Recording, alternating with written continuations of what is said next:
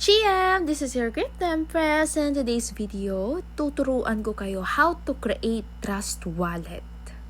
Kapag nakapag-download ka na ng Trust Wallet sa App Store or Play Store, ang una mong gagawin ay click Create Wallet at gumawa ka ng sarili mong password na password of your choice. 6 digits yon. So next ay click mo lang itong secret phrase at yung may circle na create. At click mo lang din yung skip sa baba ng battery ng cellphone mo. At pagkatapos, click Manage Crypto.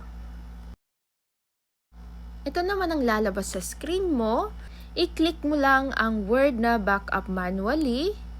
Enter your password. At click yung check.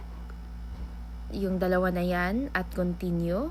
So, dito lalabas ang 12 recovery secret phrase nyo. Again, this is the most important and crucial part dahil kapag nawala mo ito, na mali ka ng spelling, hindi mo alam pagkasunod-sunod, hindi mo na ma-open o matitrace yung asset mo. Dito naman, tatanungin ka niya kung ano yung pagkasunod-sunod, kung ikaw ba talaga ang may-ari. This is to verify your 12 recovery phrase na hawak mo.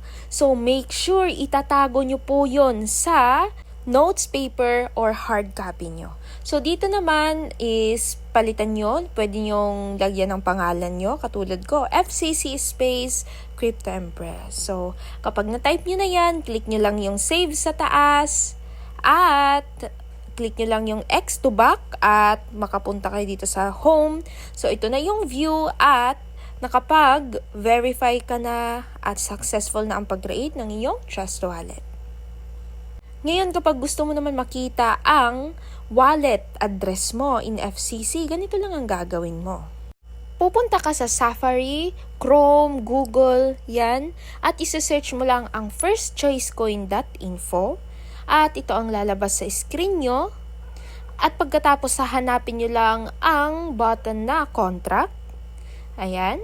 At pagkatapos, ika-copy-paste nyo lang ang contract address ni FCC. So, para mas madali, click nyo lang itong button sa gilid. At automatic nakakopy na yan sa clipboard mo at bumalik ka na sa Trust Wallet. Enter your password. Click Manage Crypto at click mo yung plus sa baba ng battery at change mo yung network to Polygon.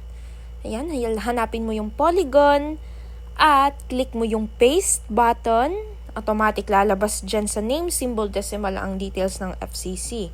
Ayan, nandyan na ang iyong wallet address. So, back, pumunta ka sa home at click mo lang yung FCC, click receive, at ito na po ang wallet address nyo. So, para mas madali, click nyo lang yung copy at isend nyo po sa messenger sa kung sino yung magsesend sa inyo ng FCC coins. I hope madami kayong natutunan sa ating tutorial and I'll see you on our next video. Bye!